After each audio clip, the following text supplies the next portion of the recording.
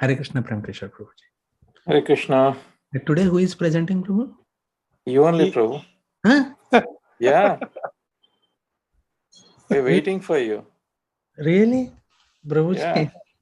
Prem Kishore Prabhu, Ravi Prabhu is very innocent. If you tell him, you'll literally take it like that. Acha, acha. Okay, thank you. For a moment, The recording has stopped. Oh, what happened? I think he left. Yeah, I think. No, it's Prem Kishore Prabhu, Ravi Prabhu. Prem Kishore Prabhu is present. Yeah, Catur Sloki Bhagavad. Thank you, Prabhu. Like for a moment, I was shocked. Yeah, I know. You are very innocent. He's just trying to tease you. This meeting is being recorded. The recording has stopped. Oh, yeah. I think Prabhuji is trying to.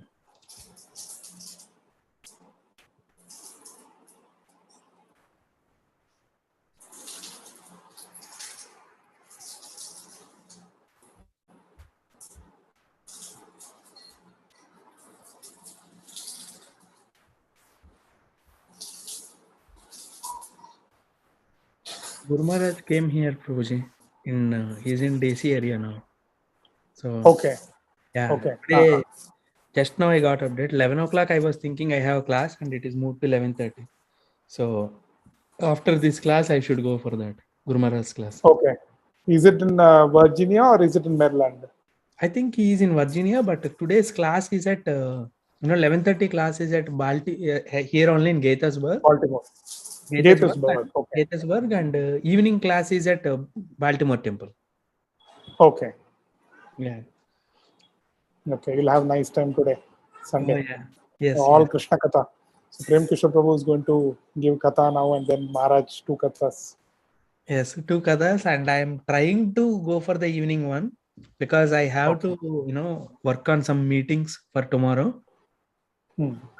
Office. So if I go for evening also, if I finish that work, then I will go. That's my. Oh, it's live, Prabhu. Yeah, that's okay. That's okay. Because yeah.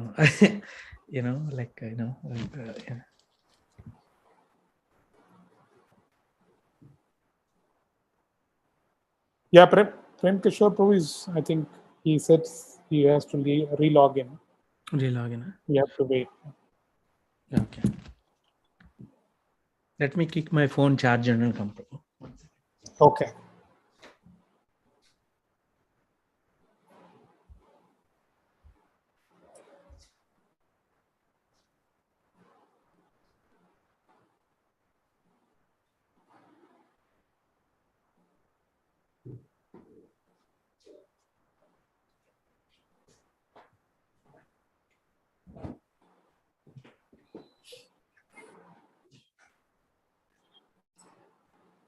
This meeting is being recorded.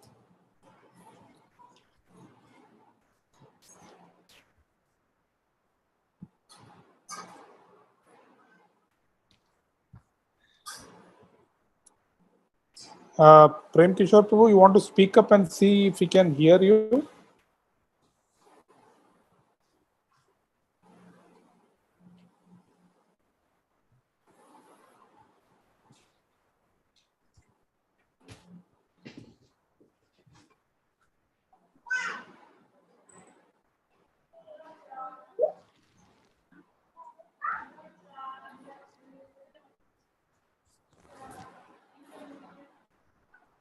Hare Krishna, could you hear me? Yes, we can hear you, Prabhu. Okay. Sorry, there were some admin related issues. They changed some Zoom settings. As soon as I put in that, it kicked me out. Okay. Oh, I see. Okay, I did that already. Let us start out. It is already delayed now. Yeah, go ahead, Prabhu. Sure, Prabhuji. Go ahead, Prabhuji. So, Hare Krishna. So, today we will be going over the Catur Sloki Bhagavatam.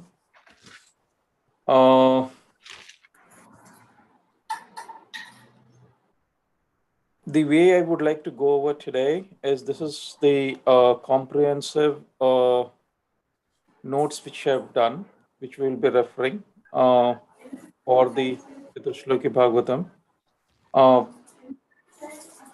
Pretty much I've structured it with the introduction and the 4 verse Chatushloki verses, ending up with the summary. Okay. So the very first with the introductory part, yeah.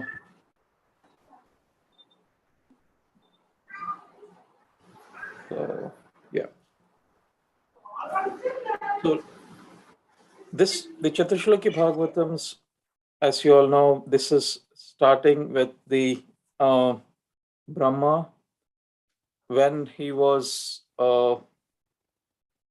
identified himself that he was born out of the navel of Garbhodaka, the Vishnu, and he was like in a darkness, in a state of mind where he was trying to connect to the Lord, who was the only other soul.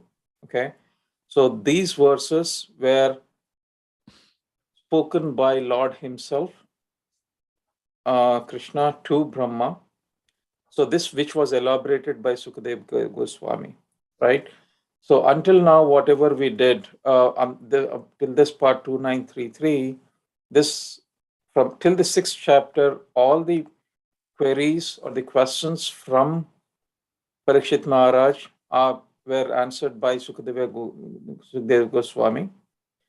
So till now, the Bhagavatam, the way it has been chronologically laid out, which is more transcendental, which all leads to the narration of events which were done within one day of Brahma.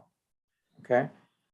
So Brahma, who after he was born, he, upon inspiration from the Lord, where Lord was pleased by his kind of a inquisitiveness, where he took him to a kind of a tour of Vaikuntha, okay, where Brahma did see the opulence of Vaikuntha, like seeing Lakshmi's, the kind of structures what they have. He also got a opportunity to visualize the Shankha Chakra Gada Padma of Lord himself, where he could get the darshan of Lord in Vaikuntha. They call it as a Vaikuntha darshan. Okay. Now, Lord was so much pleased with the austerity. Mainly, this austerity is for thousands of years, Brahma was meditating on Lord. Okay. So that led to even they call it as in Sanskrit, it is a, I'm not getting that word now, where Lord shook hands with Brahma. Okay. It will be very rare to even get a touch from the Lord. Sakya Rasa? Sakya? Yes, Sakya Rasa, yeah. So while performing this, basically post that,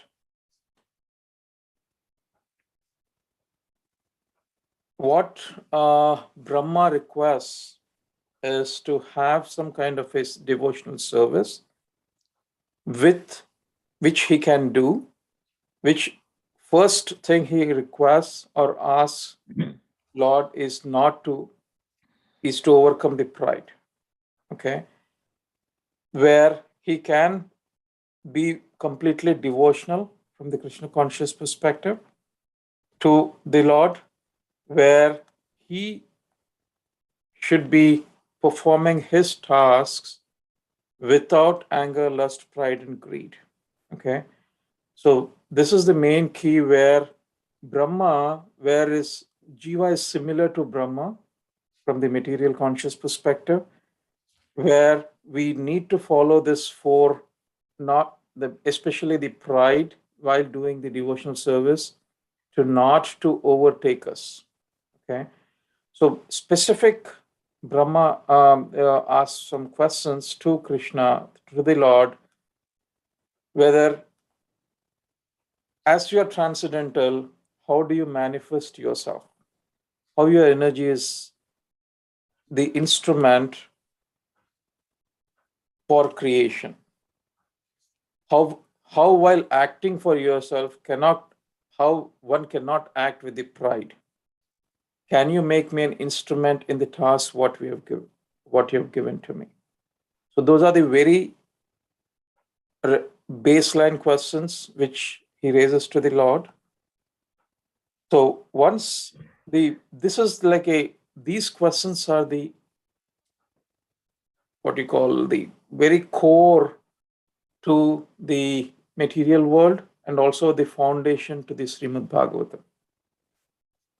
The end realizations and the consciousness is basically for a jiva to take it as how to meditate upon Lord, whether it is through chanting or glorifying Him, or how we can absorb ourselves completely with help of the devotional services, what we do. Okay. So basically, Lord answers these in like 7 shlokas. Prior to these 4 shlokas, this is like a step up for those Catur Sloki, where he does answer the questions raised by Brahma, like who am I and all. Okay.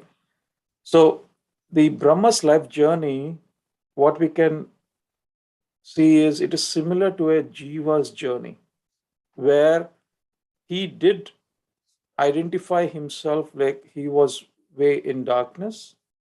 So the how Lord responds to Brahma is towards taking himself from darkness to the enlightenment or from the ignorance to the mode of goodness. Okay. So the energies which were seen by Brahma requires them. What are those energies? How to utilize them? Basically, Jnanam Param Guhyam. That was the more secretive energies which he had to learn from the Lord.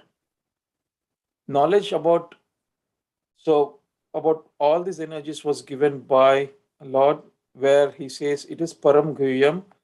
The devotional service which he is about to give him is which is to devote it to Krishna, where it should be performed in an absorbed way towards the Lord. Okay.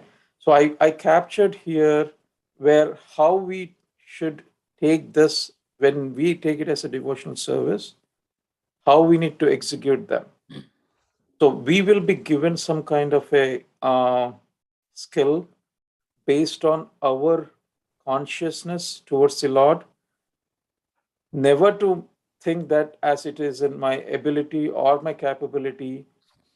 We need to see whatever we do as a service to Krishna to achieve what he wants us to do. And towards going towards the perfection towards the Lord, that skill, what we are trying to do, will be to be considered as an offering from us to the Lord. Okay.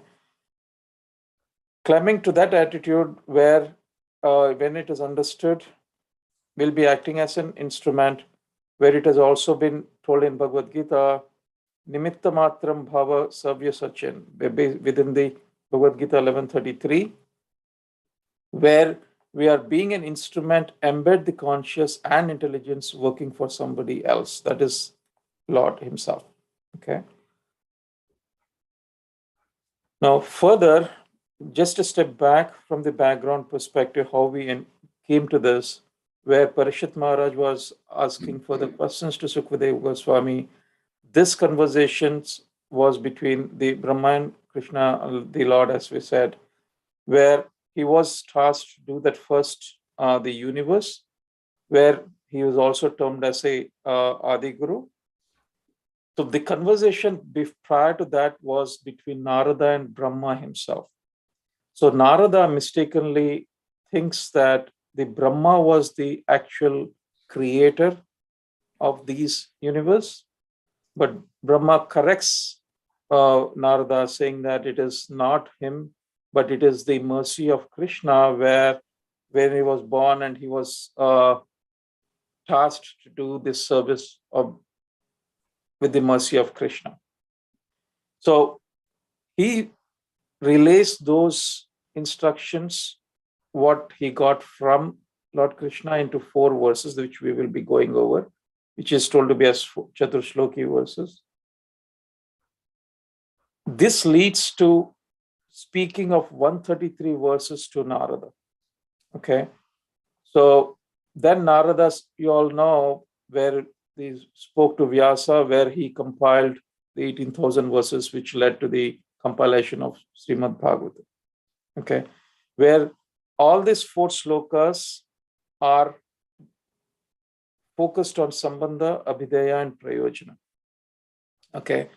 So Sambandha specifically, it will stress us on who am I, what our relation is with Lord Krishna. Abhidheya, what should we do to realize that truth? And Prayojana, what is the final fruit of endeavor? What we do.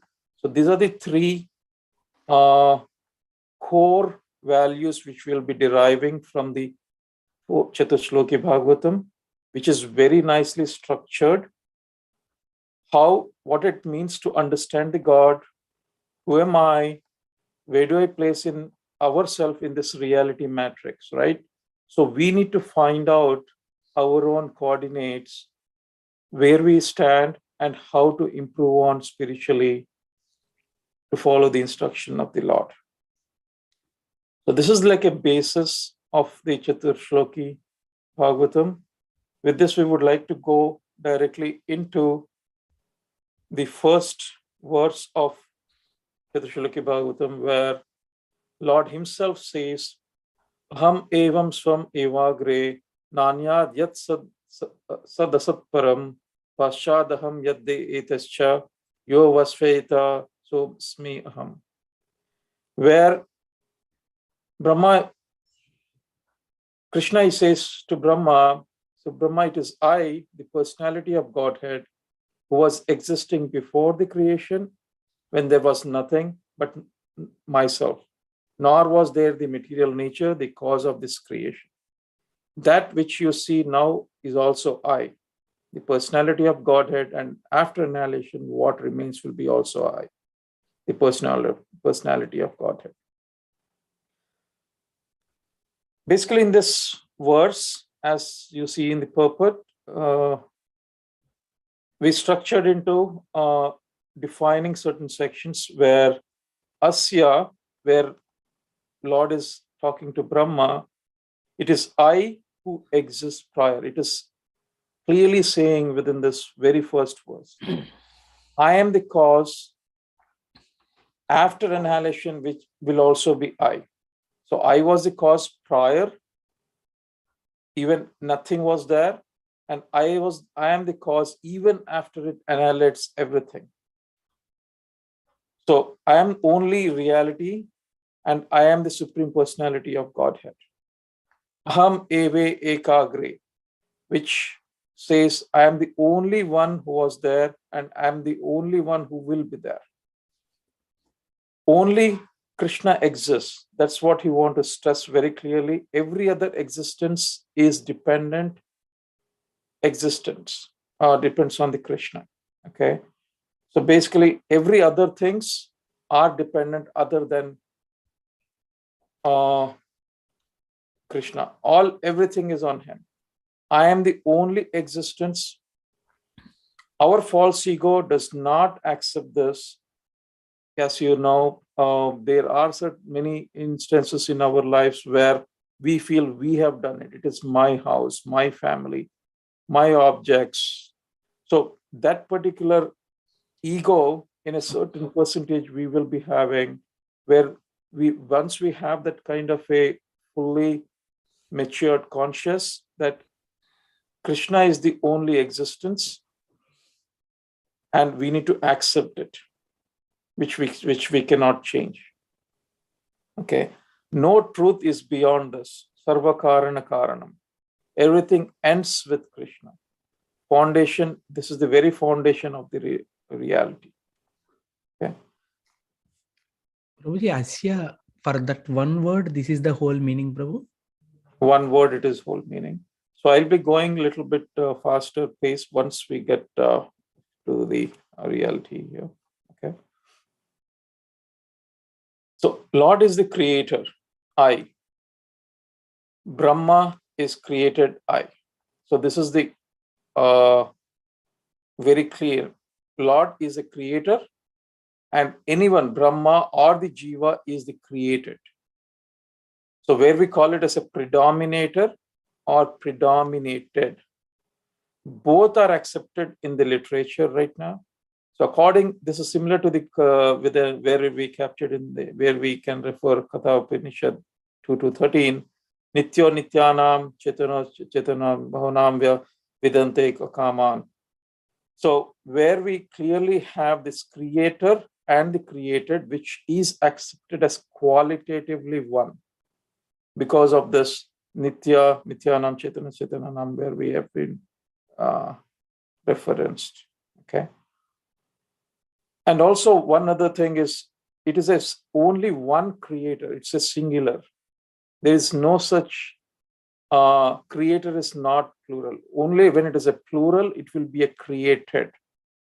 So, for example, for any religion you take, there will be only one. All religions will be coming under one creator. So for the analogy which Prabhupada has given, where the father creates son begets the son again. A son cannot take place of son or any of his grandfathers. Okay. So human is one and may be relatively different.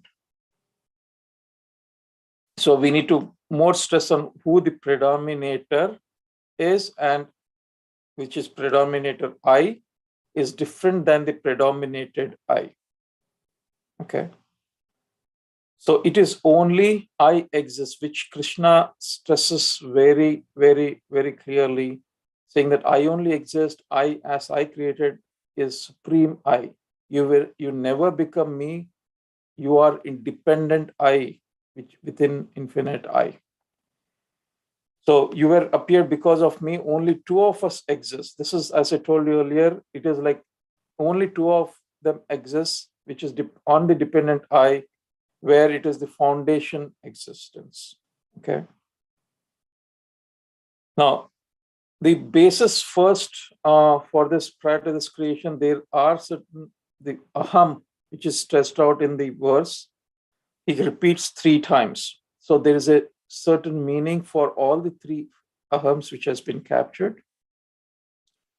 Where it is wealth of knowledge is there, which is also the Param Guhyam way, which is very secretive.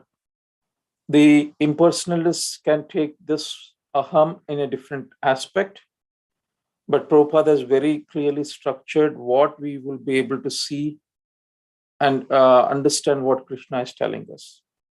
So the very first aham, which I exist before the creation, aham evasam evagre.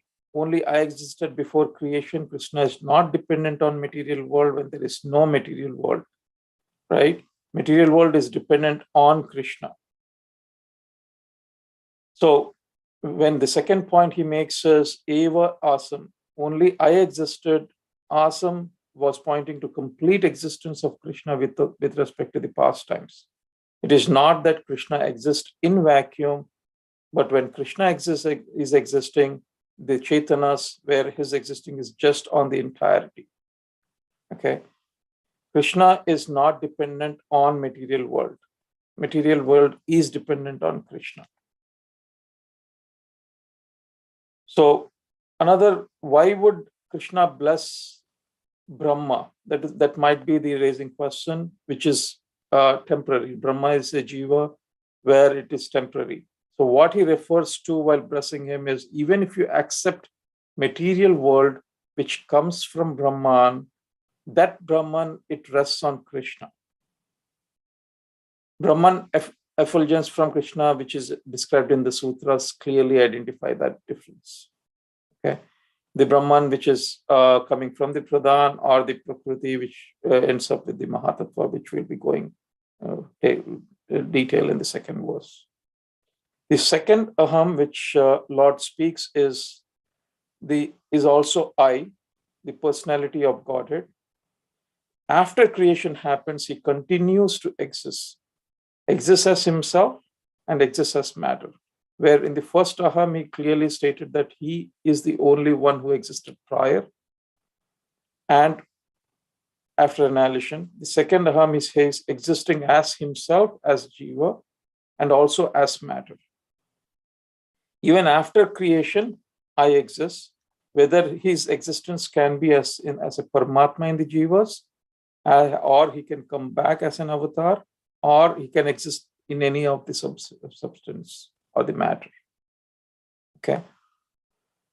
If Krishna is not there, if nothing is there, this is only the where we do have different perceptions in this material world, where he want to clearly negate that with this analogy of where sky is looked at within the pot filled with water, where it can seen as a sky within and sky which is seen as outside as well.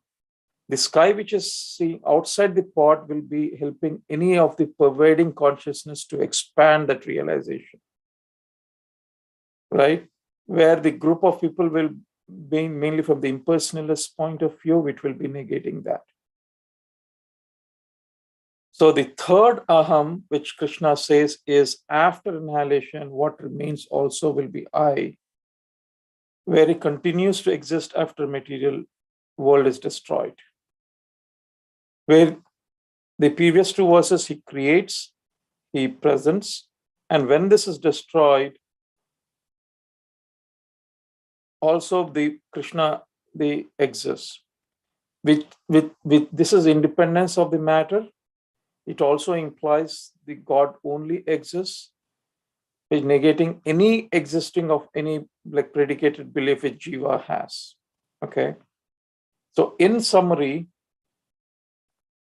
the first aham, which creates, it refutes the materialism that the universe is the accident of matter, where until in our studies we have seen the Big Bang and theory and all, which was refuted very clearly with this very first aham. The second aham, which is refutes everything and everyone, is Krishna, which is one of the impersonalist view, where he has certain relationships like maintainer and the maintained. The third aham, which is like refutes the voidism for the groups like Buddhists, where everything comes from nothing, right? So through these all three, the I, refuting jiva philosophy to establish the relation with jiva and the material world. So this establishes the Sambandha Gyan. The very first, as we heard, the Sambandha, Abhidaya and Prayojana, this is the first step for the Sambandha, where Supreme Personality of Godhead is addressing Brahma and specifying the great emphasis on himself. Okay.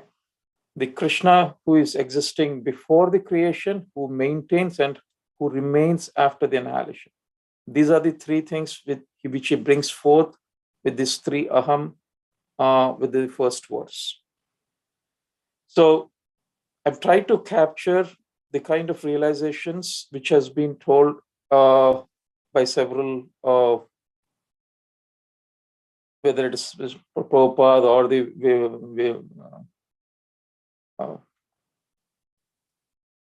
basically.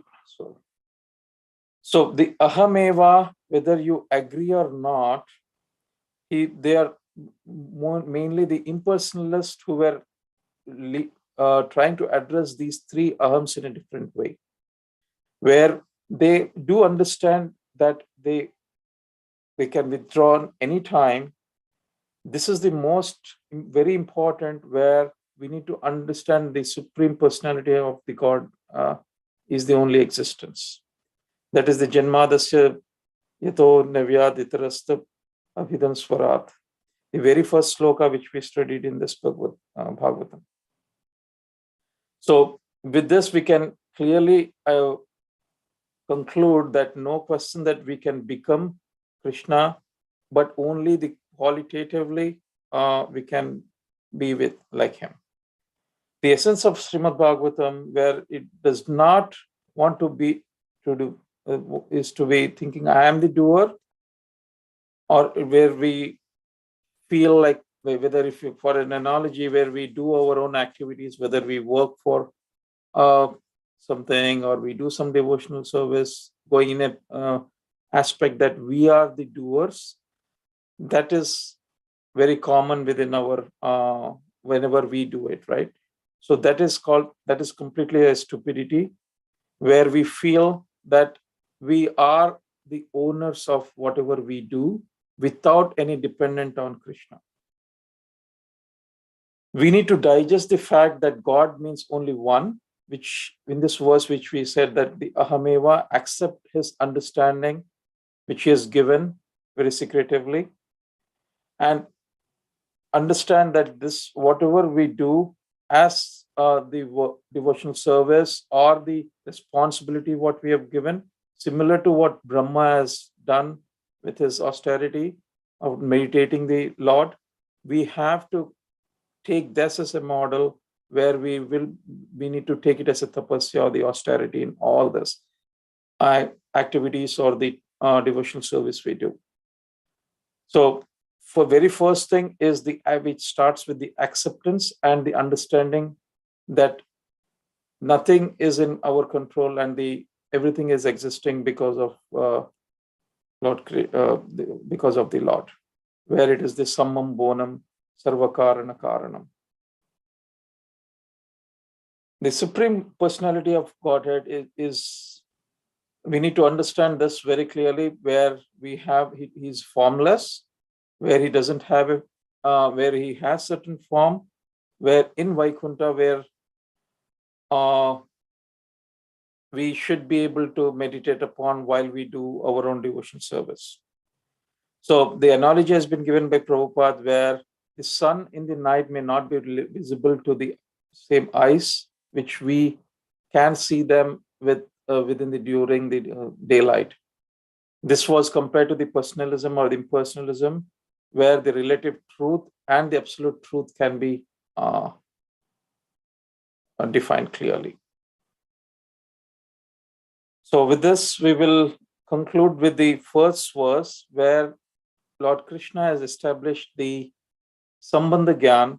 Now he will be moving towards the Abhideya with this next verse, where te ratham yat pratyeta na pratyeta chatmani tad vidyadatmano mayam yatha bhaso yatha tamaha.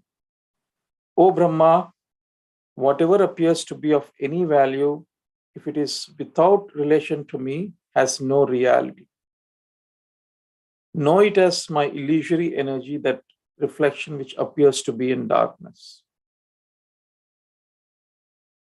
Yes, Prabhu, Ravi Prabhu, you're trying to say something? Thank you, Prabhuji. One quick question, Prabhuji. If I understand that, I feel that I will understand 2933. That's why I'm asking. You mentioned the second Aham, Prabhuji. Correct me if I am wrong. He existed as Jiva and he existed as matter. So, is that what it means? Because it appears like he existed as Jiva means it is rather than refuting, it is appearing like. If I may. So I see your point, where the second Aham, he says he exists prior. He exists as part of the Jiva as well. So even after he sees himself as I, where he is a personality of Godhead, right? Like after the creation, he exists, and before that as well. So what he wants to say here is, in Jiva, he exists as a quality. He exists in each Jiva, each matter. So when it comes to the refuting perspective on your second Aham, he also says that where everything and everyone is Krishna. That's what he wanted to stress on. Okay. Yeah, I think this is where like I'm little confused, Prabhu, because first Aham is saying that he is the only one prior and after creation. He's the only one, yeah. Second, he is present. He's presenting Jiva. He's saying that he is the one creator, and the Jiva is the created, or predominator, or the predominated. Oh, he is present in Jiva, he's saying. It is not He's that presenting. Yeah. He's present in, because when I read like he existed as Jiva, then I pretty much, I captured here. So in the first Aham, he creates. The second Aham, he presents. In the third Aham, even when everything is destroyed, even Krishna exists after that. Okay. So this is the very basic understanding of the first. So, okay. Verse so of the. Sure. He presents as Jiva means like he sustains Jiva. Is that the understanding, bro? Sustaining is a different word. That's my own. Okay. He presents within the Jiva as qualitatively. Qualitative. He's the created. And Prabhuji, with these three, he is negating three famous philosophies, wrong philosophies. So is he also establishing the sambandha clearly? Like he is this is not also, he is establishing the sambandha very clearly with this verse. Okay. So that I am supreme and you sambandha with the Jiva. Yep. Okay. Sure, Prabhu. Thank you, Prabhu. Please proceed, Prabhuji. Thank you. So now the second verse, which leads to Abhidaya, basically in prior verse, which is 2927, Brahma asks Krishna, how do you manifest your different energies? To address this implicit question, Krishna clearly says, I am the beginning, I am everywhere. Because of my illusory energy only, you can see or you cannot see. Okay. It addresses basically the Vigyan, or the query which has been raised part of the 31st verse also. So with this verse, he introduces Maya, right? How to address Maya. The Krishna is beginning, maintaining an end, as we have seen in the first verse, where because of illusory energy, one cannot see Krishna. This is very powerful here. The illusory energy, how it has been viewed as for the Jiva, which is more elaborated in within this verse later part. The category of sambandha, which is where we will be addressing the Vigyan. This verse essentially describes about two energies of Krishna, which is Mahamaya and Yogamaya. So the Mahamaya, which is the illusory part, and Yogamaya, how they are getting or impacting Jiva, how they are talked about with the two other energies, which is Vidya and Avidya. So they have totally four of them are being elaborated very much by Srila Prabhupada in his purport as well, where Mahamaya Vidya, Mahamaya Avidya, Yogamaya Vidya, and Yogamaya Avidya.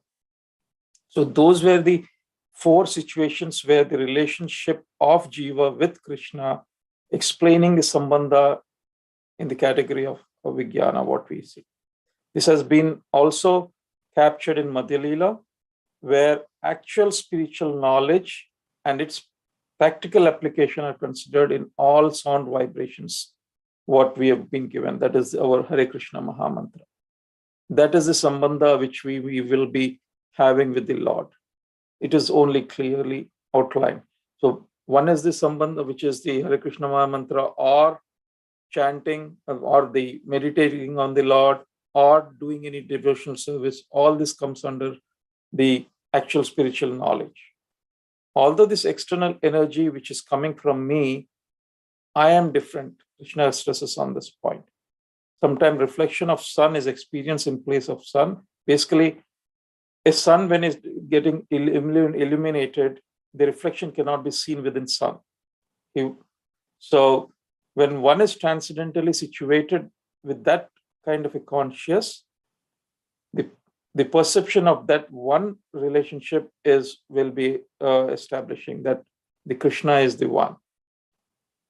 So explaining this further about the matter, Krishna also clearly outlines the illusory energy, where for nothing can exist without me. It is like reflection of what it appears. The real light of the shadow, neither the shadow nor the reflection can be seen. So knowing this kind of a Vigyan, which Vishwanath Chakravarti Thakur says about the 4 contextual explanations of this Yogamaya and Mahamaya, okay, where we can understand this Yogamaya with the artham yat pratiyeta, what appear to be of any value, it is not relation to me, which has no value. Okay. So also he says everything is in relationship to himself. That is Krishna. Everything which does not have relationship is the illusory or the illusion.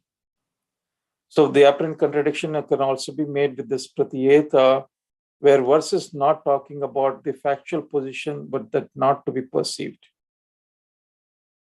Also, jiva can be bewildered because of where jiva is not able to see any value in anything, everything around what he sees, right? While it seems to be a jiva-centric, it is actually this Krishna-centric. If we able to see that kind of a aspect, like for example, if you are talking in this, I'm talking in laptop right now. If this as an object, this laptop is a Krishna-centric. So it is an object where Krishna has provided us for the devotional service to him. So the same object can be seen as an illusion, where I can even see some kind of a all rubbish or stupid activities with the same laptop. So this has been stressed more on this from the Bhagavatam 291 as well. Atma Mayam Tri Rajan Prashadanaghayet Sambandha Swapnadrasar Vignasi, where this energy, which is the response of the desire of this jiva, right, which is independent of Krishna. So he will not talk about how a jiva can be fallen. It is all illusion of jiva, how he has to address this illusory aspect.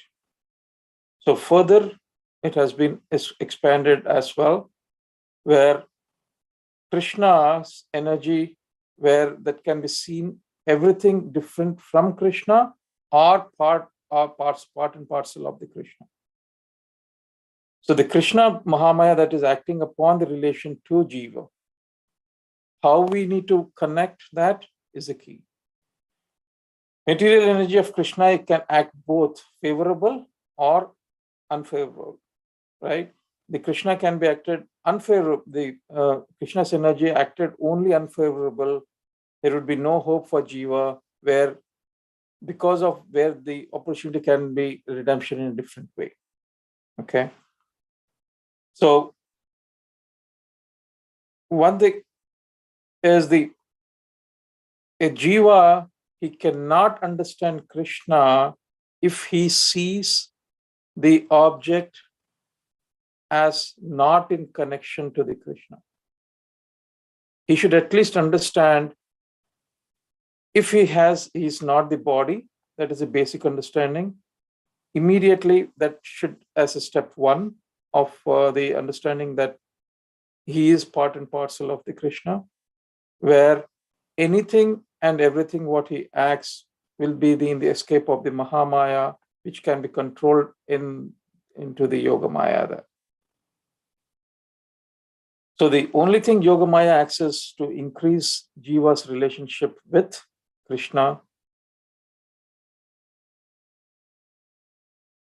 Something has to be perceived has no relationship to me, which has no relation to Krishna, has no reality.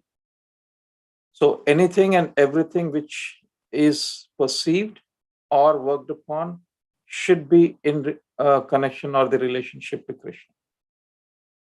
For example, a devotee, when he goes to a temple, he sees the deity as a person, as Lord himself, and where he can give some kind of flowers or whatever the services he does. Whereas a non-devotee, when he goes to a temple, he views the deity as a stone, he might be, or he may have, if he has a little bit of a more knowledge or gyan, he can see that how this stone has been carved out nicely and all this stuff in a mode of goodness. So it all depends on which way, how he sees that object, what kind of energy he sees, whether it is seeing as a Mahamaya or the Yogamaya. Okay. So na arthet, which Krishna says, arthe means the spiritual value, where Jiva from with his free will can see a same kind of an object based on the quality in a different way, where he can see from a spiritual benefit what he can view that as how he can make use of as a to see Krishna within that. Jiva may choose to see something in relation or non-relation to Krishna.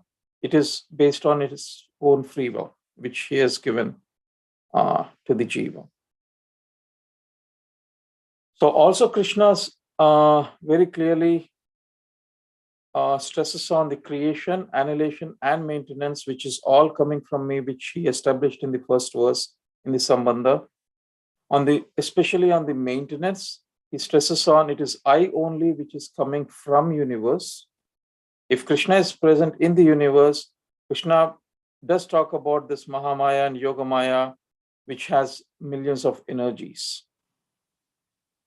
So these Mahamaya and Yogamaya, where he talks about the Vidya and Avidya, are basically what we see as Mahamaya as the darkness and Yogamaya, which is the enlightenment, where we can see. The analogy has been given as well by Prabhupada, where a reflection, as we saw that, of the sun can also be seen within them, where within the sun rays, where it is a Yogamaya. If a shadow has been seen, it is like a Mahamaya, right? The material which is compared to the darkness, the direct illumination of the Yogamaya, right? Also, Prabhupada has clearly provided the metaphor where he is given like whether it is a material scientist, where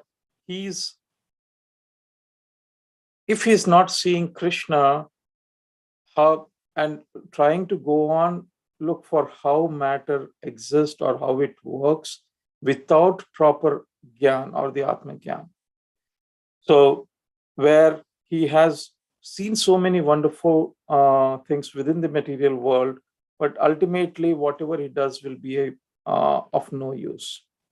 Whereas the similarly as pseudo-spiritualists also who do not believe in the existence of Lord, maybe they may have some kind of a knowledge of that kind of a gyan, but the pseudoscientist specifically does not believe of the existence of Lord, but he can probably in the mode of goodness where he can speak through.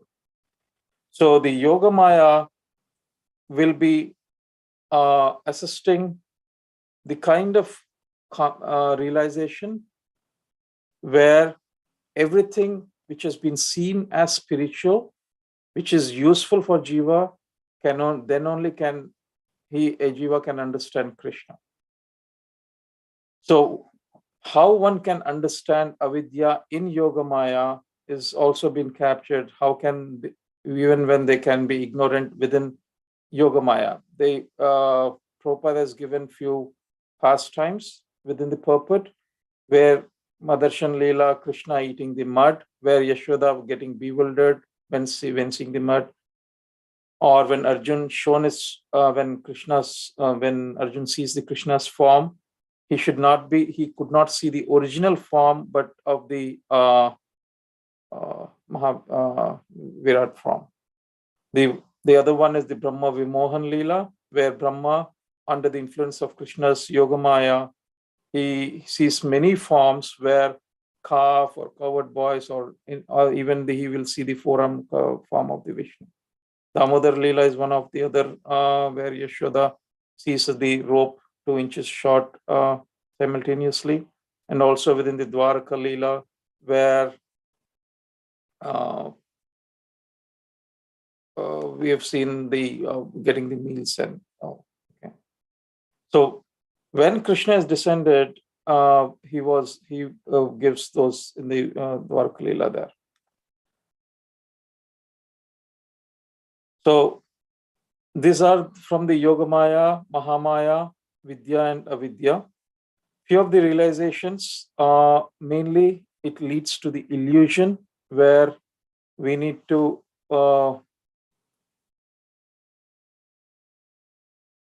be more focused on when we accept something real, actually when it is not.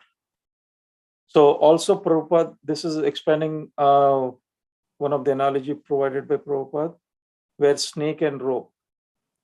In the darkness, that is in illusory or the Mahamaya, we can see there is a scope of seeing a rope as a snake or snake as a rope as well. But both separately, they do exist. A snake can be looked up as a snake when we have that kind of enlightenment. If we do not, even if it is snake is there, there's a scope of seeing the snake as a rope. So if we accept rope as a snake, it is an illusion. The way we perceive is the falsehood, what we have. So Krishna says it is not any of these illusion. If anything, it is not connected to him at all. Illusion is the necessity in order to exist within the material, but only to enjoy that matter, that is all illusion. So nature of that illusion is like Maya, which is Ma means not, or Ya means this. So the conclusion of this Maya is, if we have the ability to dovetail everything in relation to Krishna, then the Yogamaya kicks in, which is the union of with the Krishna's energy, seeing everything in relationship to the Krishna. So as an example, yogi or a sannyasi, whatever they do, whether it is traveling anywhere or seeing any perspective, any object, even if it is an illusory, they will end up connecting to the spiritual. So everything is temporary. That kind of a knowledge that yogi has, which is not related to, when it is not related to Krishna. So similarly, within this material world, we do have some kind of a consciousness where we try to enjoy or judging or estimating or doing anything which is unrelated to Krishna as well. Like, for example, watching any sports or movies, or when it is not related to Krishna, it should be stopped. That is the clear statement or the instruction which Krishna gives, which is the Abhideya part. The only a person who sees the Supreme Lord in everybody or in every object gets to really see that person as a spirit soul. This part is very clear, which should be amazing if we can digest this. Right? This is the step 2 of the Catur Sloki, where we are trying to connect, coming out of this illusion of any object which is there is not for our own enjoyment, but this is to be utilized in proper service to Krishna or in connection with Krishna. So that is the realization which we need to stress on, where the Krishna is the factor is in everything. Okay. So based on the time, I would not like to go with the other realizations of the earth which has been captured. We'll go towards the Prayojana with this verse 2935, where Yatha Mahanti Bhutani Bhuteshuscha Vachashveno Pravischani Apravastani Tatha Tesu Te Nate Swamaham. O Brahma, please know that the universal elements enter into the cosmos and at the same time do not enter into the cosmos. Similarly, I myself also exist within everything created, and at the same time, I'm outside of everything. So this is, Krishna is answering Brahma's question, which was raised part of the verse 2928. How does the Lord play with his different energies? So what is the prayojana of bhakti is this key which Krishna tries to establish here, where it is related to the material world when Krishna is detached, and related to the devotees, always he's attached. So the mystery part here is Achinta Veda Veda Tattva, which even Lord Gauranga Chaitanya Mahaprabhu has put it in the Chaitanya, which is also captured in Madhya Leela. Basically, this Teshu and Na Teshu, indicating this mystery is sign of receiving simultaneously love and mercy. Krishna is all-pervading and personal form. Just as a Pancha Mahabhuta are present in material body, Krishna is existing in everything and non-existing simultaneously. Okay. So Krishna is present in his devotees and non-devotees simultaneously. So when he is situated in Vaikuntha, at the same time, he is also entered into the surrendered soul in material world. A pure devotee can see Krishna everywhere, where he did not see any differences between spiritual and matter, material or the matter. So he is the pure devotee. We need to strive towards that direction of looking at from the pure devotee perspective or the conscious. As Krishna is Achintya, his devotees are also Achintya beyond understanding. So the devotee who he can connect everything and he fully surrendered, he sees Krishna as Achintya, which is beyond understanding, where because of devotee can see Krishna everywhere, in an animal or the plant or any object, this Achintya potency of Krishna can be clearly evaluated. The ability of Krishna to manipulate in his devotees, activate the senses, can also be considered to consider the part of mystery. Pastime of Krishna, which is externally manifesting in the heart of devotees, also seeded by Krishna. So also it has been captured in Ishopanishad, where Tadantaram, where he says that I am outside everything, yet I am inside. The same Achintya Veda Veda Tattva has been, which has been captured.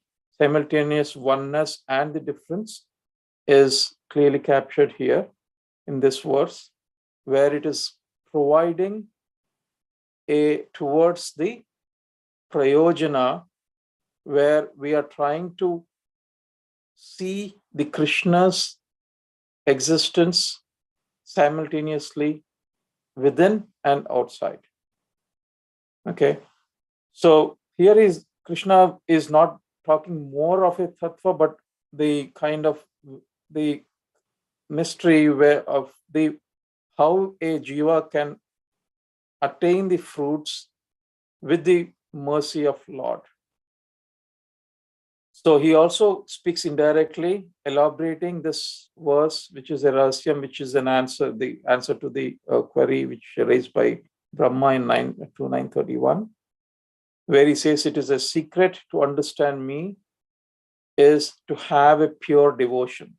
The pure devotion is where, as we just saw, to see each and every soul as a part and parcel of Krishna. So which leads to the bhakti.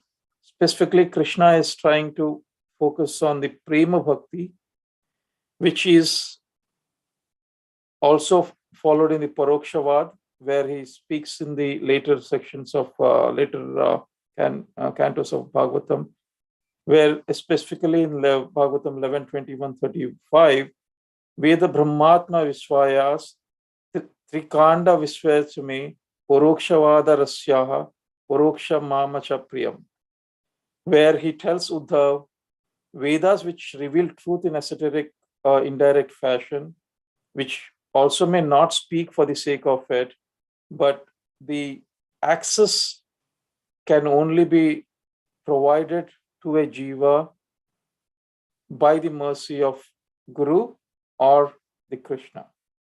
Where the even Jiva Goswami says this knowledge which is available to the one only who is a devotee and also to a non-devotee, but the only person can realize is a devotee if he is completely surrendered and if he gets the mercy of Guru or Krishna.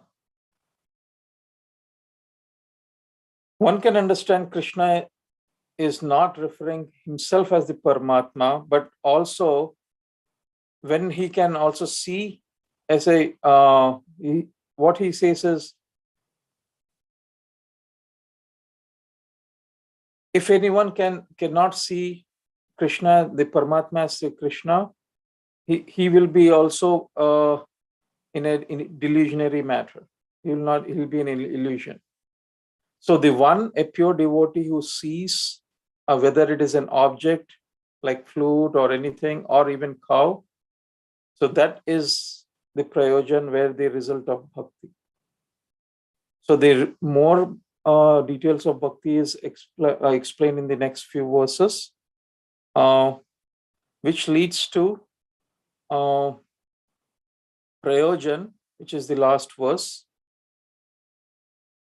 Etavad eva jignasam tattva jignasunatmana anvaya vatirekabhyam yatsyat sarvatra sarvada. A person who is searching for searching after the supreme absolute truth, the personality of Godhead, must certainly search for it up to this, in all circumstances, in all space and time, and both directly and indirectly. The further is expanded in this verse, where in the previous we have seen the mystery where we can have that prema bhakti. It also answers the Brahma's question, which is raised for the 1.3.29 on Abhideya. The flow of verses, basically the first two verses, which we established the Sambandha Gyan, where it established the Jiva and the material world. The third, the prior verse, where we spoke about the Prayojana. This links Sambandha with Prayojana, which is the Abhidaya. So here in this verse, Abhidaya is stressed on, where it is none other than the Bhakti, which is devotional service in practice. Where we just saw in that verse 11.3.31, where devotees of the Lord constantly discuss the glories of Lord, where remind one another of the qualities and pastimes. So this verse will be connecting Abhiday with Prayojan, where the constant remembrance of God lead to devotee experiencing transcendental ecstasy. Only way to prayojana is the abhidaya. The prayojana who is searching the absolute truth, one who desires to know the truth, can only attain. So, for example, the Lord teaches the discipline only to have in a step-by-step manner where only a devotee or a jiva who has that kind of an inquisitiveness to learn can only be attained with the mercy of Guru and Krishna. So also from the bhakti, which cannot be performed at all places and all times and all circumstances, where there are like karma, where it will be ending up with the purity of play and activities. It will end there. That is the fruit of a karma. And the jnana is where there must be purity of the mind, or the Ashtanga Yoga, where purity of mind, senses, and activities. Also, Prabhupada has been giving of Savatra and Sarvada, which we will be expanding it in a bit.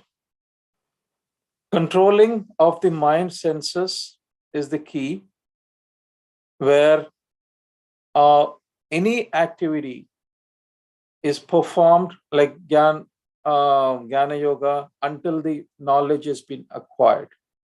Anything, the Jnana Yoga which is performed only until he attains that liberation.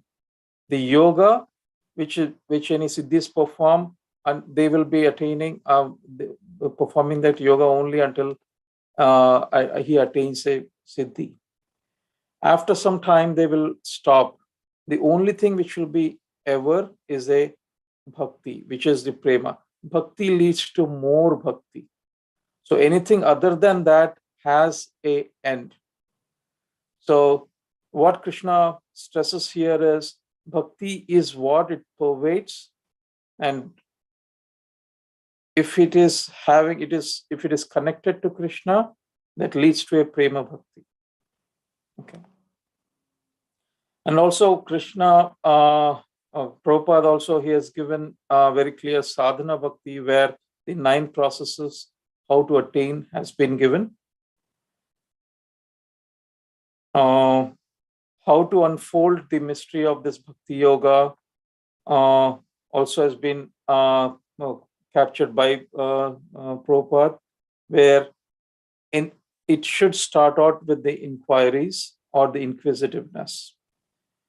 And also he says this can also be achieved indirectly, but that indirect process is where you directly get that bhakti is more hard. And he was also giving the explanation of going through the steps or through the lift, which Prabhupada has condemned going into the indirect approach. Okay. So within, also he ends up this with, the Prabhupada ends up with this, like a jiva in all stages of life should worship Krishna. The conclusion is the activity, what he does, whether how each and every activity is connected to Krishna. If he is doing any activity, if it is not connected to Krishna, it is not bhakti. So Prabhupada clearly gave that warning of how he will be getting into that illusion if he is not completely surrendered.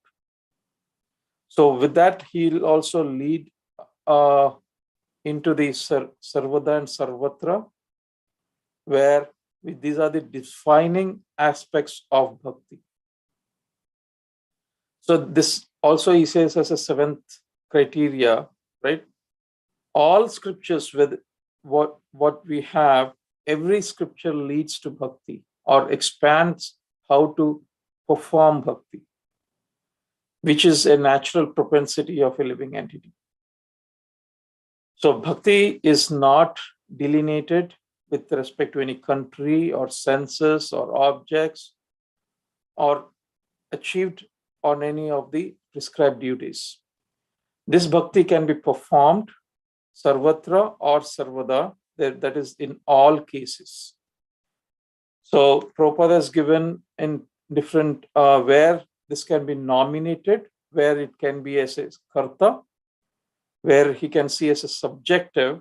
The reference he has given is with the Prahlad performing bhakti, where he is like a karta. The objective, that is a karma, that is part of the bhakti, where there is an object of action. The reference was given as the Indra offering Surabhi the cow. Sedative, the third one is about the Karan, where there is some instrument of the for an action. Where, for example, the reference was made for when Rukmini sending a letter to Krishna. I don't remember that the person who took that letter, he is the Karan who took that letter to Krishna. Dative, the Sampradhan, the receiver of act, where the bhakti is performed for the pleasure of Krishna. The reference is given as the Govardhan offering food to residents of Vraj. The next one is the ablative, where the bhakti is performed as the source of separation.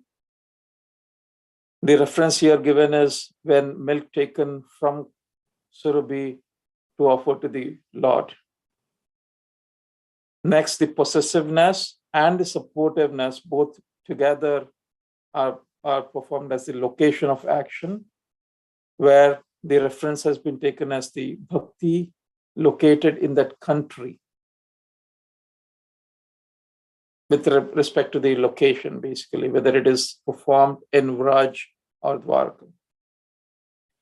So everyone who is benefited with this transcendental loving service of the Lord, when the bhakti is performed. Other than bhakti, everything is temporary. So, as we spoke, these various types of bhakti and the kind of references which has been made. So this concludes the 4 verses. Now, whoever has come late, I would like to, this was done by His Grace Bayari Prabhu as well. I would like to summarize where the Chatushloki Bhagavatam emphasizes the complete scriptures, which started out with 4 verses, spoken by Brahma to Narada, spoken by Krishna to Narada, Brahma. Then Brahma to Narada, he's spoken with 133 verses. Narada then speaks to Vyasa, where Vyasa compiles those 18,000 verses, all in Sambandha, Abhidaya, and Prayojana. These are very, very specific instructions. This is very, I can say, which is dry as well, but I apology if it is, I try to put it in kind of a categorical way to present. The very first verse, which establishes the Sambandha, which is a answer to Brahma, which was raised in 2926, of what are the forms of Lord, both in matter and in transcendence, where Krishna promises to answer this question by giving knowledge. Basically, the Sambandha Gyan very clearly stresses it is he who existed prior with all those 3 ahams. It is nor was the existing was there any material nature prior.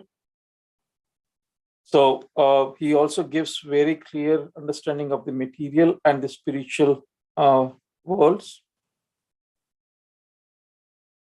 And Krishna points himself at him as I who exists in matter and also transcendence. Krishna says he existed before the creation and also after. In all phases of material creation, especially he stresses out he is independent and there's no dependence of Krishna in material creation. Material creation is fully there's no dependence of Krishna in material creation is the independent view of an impersonalist, but the material creation is fully dependent on Krishna, which is done by the mercy of Krishna, by Brahma. So this establishes the Sambandha Gyan with context to Jiva,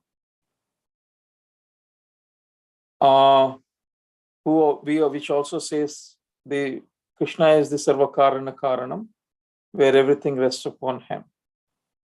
So the next verse, which is which leads to Abhideya, which is the response of Brahma's questions.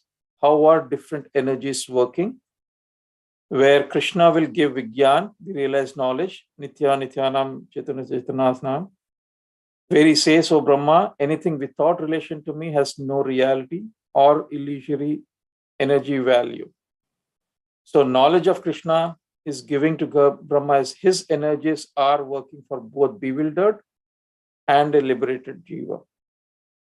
So also he summarized of the Mahamaya when the Jiva, where the Jiva is bewildered. Under Mahamaya, in the mode of bewilderment, the Jiva can see the objects or perceive the objects different from Krishna. Under the influence of Yogamaya, the devotees who are prospering, who see everything in connection to Krishna. So under the influence of energy, Jiva can develop three basic concepts. The Krishna Nityadham, Aham Brahmosmi, Ishwaram Aham Bhogi. So these are all establishing the Abhiday part of it, which leads to Prayojana in the next two verses, where the 29 through 35 establishes how does the Lord play different energies, how Krishna will reveal Rahasyam, that is the Guhyam, to Jiva. He says all the elements enter into the cosmos, that is the Achinta Veda Veda Tattva, where he exists within and without. He exists, he is created and also creator. He clearly outlines that aspect. Also, he ends up with the conceiving the inconceivable with perfection of bhakti, which can be attained only upon the mercy of Guru and Krishna. The final verse, which is in response to Brahma's question, where how am I able to discharge duties, which he expands the Tatangam, where he describes the process. Tatangam is describing the process of Prayojana, where a person, when he's searching for the absolute truth, that Krishna is the Supreme Personality of Godhead, in all circumstances, how he gets it, directly or indirectly. Okay, so that is following the Krishna's instruction, where we also reviewed how the sadhana of a jiva, with the sadhana Vaidhi Bhakti, he can attain bhakti with the Lord's instructions. So this is the final summary of Chatur Shloki, where we learned the Sambandha, Abhideya and Prayojana. The most pertinent is anything what we do, all kinds of devotional service, when we dovetail them to Krishna, then we can able to connect to him properly in the devotional service, attaining, going towards bhakti. So Krishna, this has systematically outlined within this 4 verses, which again it has been expanded into a lot more other verses as well, subsequently within the same canto. So this concludes the Catur Sloki. And I wanted to have that Swadhyaya, but due to time, I think we can stop here. But definitely I can share this. And frankly speaking, I was a bit all over as it has been dry. I wanted to talk more. Sometimes I've got kind of a blocked, but apology for that. Any question? Hare Krishna, Prabhu. Gaur Sundar Das here. There seems to be some lag with what you are presenting versus what it is showing in my screen. I maybe it's just for me or my internet connection or whatever. I don't know. Mm-hmm. So I was trying to hear you, and at the same time I was trying to look at the presentation. It was not syncing. Oh, it is a lag, I think. Actually, I was going the lag page by page, line by line. Yeah, sorry for that. Yeah, But I don't know if it is lag in the presentation or only whatever. seems at your end, Prabhu. Only seems at your end because you know he was going, showing, highlighting the lines also pretty much, like keeping his Right, cursor I saw there. that. Yeah, I saw that highlighting part, but it was not relevant to the topic that he was speaking. It was totally a previous topic. That's how I felt. Oh, okay, So it was a lag, connect. I think. Apology, Prabhu. Yeah, Maybe it is. I think it's my internet problem, Prabhu. Sometime. Probably. Anyway. Prabhu. Yeah. Beautiful class, Prabhuji. This is Ravi here. Very nicely presented. Like you mentioned, the subject matter is very dry, full of philosophy, right? So, but you made it interesting by, clearly segregating, like, making it three ahams or sarvatra, sarvada, and telling, properly linking with sambandha, abhidheya and prayojan, and sharing the realizations aspects for each verse explicitly. This is so wonderful, Prabhuji. I think I don't know if anything better can be presented, but very beautiful. So what I can do is I can share this document for reference. Okay. Sure. I'll try to see if I can a second version, as Ravi Prabhu said.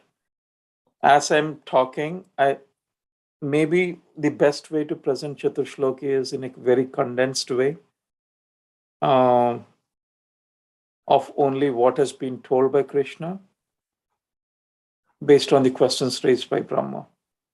Maybe that would have been there, but we'll see. I'm just trying to see the better way to present this as well. So this concludes, and also I would like to share this Swadhyaya part. You can work on yourself if you can. The devotees who are not attending, I'll try to reach them directly, or who did not present. Varsana Mataji is next, I think, next week, same time, or Monday, or maybe 14th. I don't know, Mataji, when you are ready, Monday, or I preferred Sunday because weekdays was too hectic for me, and I followed Gaur Sundar Prabhu's footsteps. Basically, Sunday was very relaxing, but last few weeks, because of the service, I had to cancel, and today now I have to run there now. Apologies on that.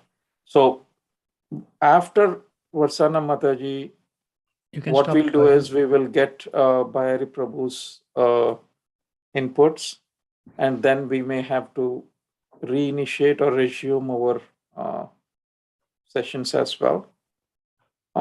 Even though whoever is interested like this, in my view, and even when we spoke to Bhayari Prabhu, these presentations and mock sessions should be frequent, which will help ourselves in learning and also presenting. So that will purify us as well. So whoever has provided these mock sessions, maybe you are of same opinion, and whoever is not, probably you'll be of the same opinion as well. So I would like to pause here if anyone has any other recommendations or suggestions. Prabhuji, just a thought, Prabhuji. Like, Yes, Prabhu. when we complete all our presentations, and before even asking Prabhuji to again restart his sessions, I think at least we should have 2 sessions only for Swajay, because most of the times we couldn't give the time that Prabhuji expects us to give for the Swajay, right? So Swadhyaya, I will come up with some kind of a. I told you I promised you on the blog. That blog concept should be working for the Swadhyaya, where we have access. Everyone has access to that. So even the any presentations you make or anything that sort will be helpful. Okay. And there's a question from Prem Manjari Mataji, where everything is encapsulated in Chatur Sloki. So is entire Bhagavatam also divided into sequence sections, which is Sambandha, Vidya, and Prayojana? Answer is yes. As I told earlier, these 4 verses lead to the 4 verses which have been provided by Krishna to Brahma led to 133 verses from Brahma to Narada, from Narada to Vyasa, 18,000 verses. So how those were compiled rests on these 4 verses. If I was trying to contemplate and try to see every other realization in any other cantos comes from these 4 verses. So maybe it is like a lifetime analysis which we have to make that, but that's what I see.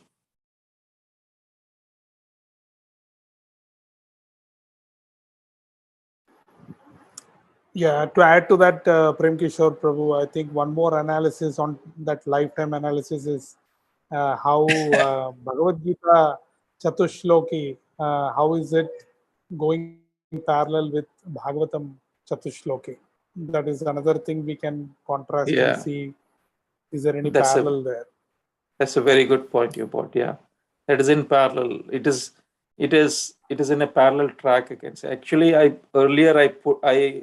captured that Bhagavad Gita Chatushloki as well for reference. Then I thought it will be more deviating, and then I took it out. So, and trying to see what Bhagavatam, what is we are trying to say with this Chatushloki and Bhagavad Gita. But at the end of the day, it is similar. But again, as I said, it is a lifetime analysis where basically it's not only analysis, it leads to the realization, what kind of conscious we try to embed in from them.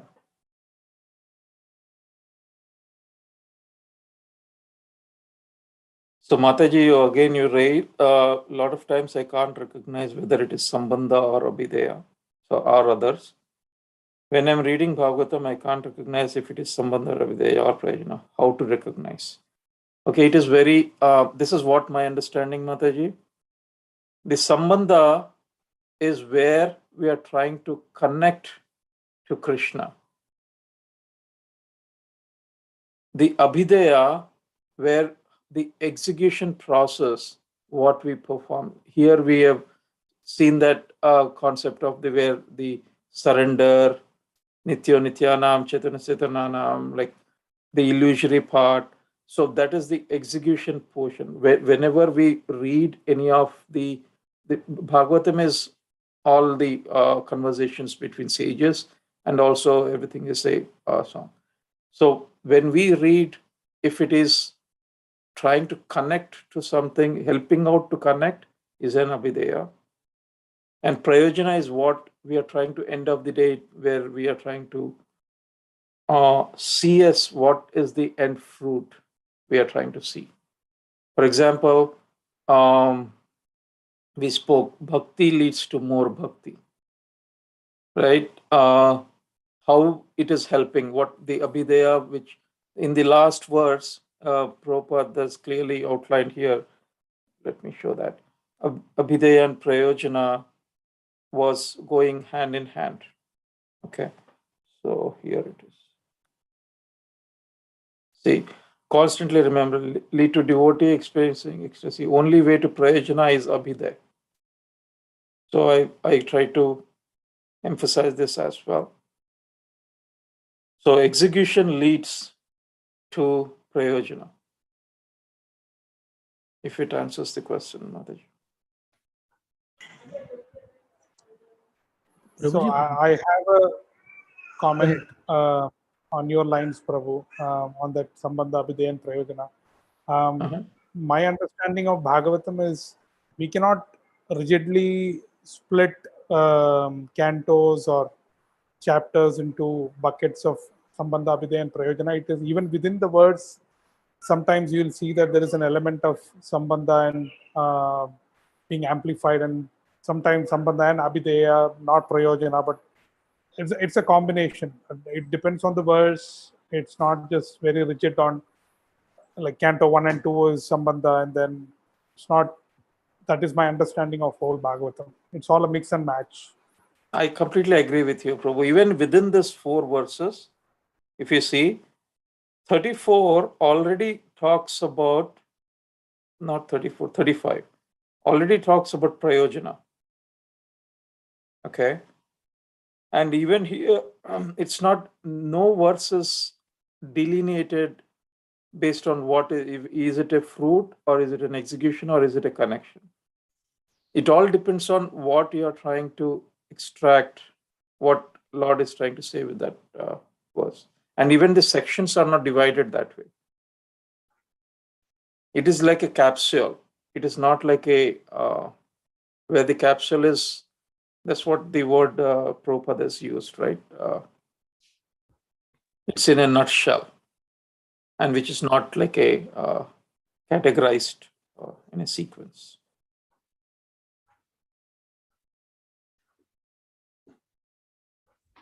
Okay. So thank you very much, and see you on Ravi March. Prabhu had something, I think. Ravi No, Prabhu no. was I'm good. Okay. No. You just raised that point, Prabhuji, that, it is not clearly saying, this Canto 3 is this, Canto 4, like that we can't have to say. Oh, okay. Yeah, I was also echoing with you. Yeah. Okay. So we can see on March 14th, and I will talk, and probably from that week, that Wednesday onwards, we can resume. I'll get back to you with that date. Okay. Thank you, Prem Kishore Thank Prabhu, you. for somehow keeping us awake, because it's a very dry, speculative, philosophical, not speculative, but a philosophical topic. So somehow you could engage us in this 4 verses and the essence of Thank it. you. Thank you very much. Hare Krishna. Vanchakalpatarubhisa krupasindhuvarev cha patitanam pavanebhyo vaishnavebhyo namo. Vaishnavrinda ki jai. Thank you, Prabhu. Bhakti ki jai. Hare Krishna. Hare Krishna.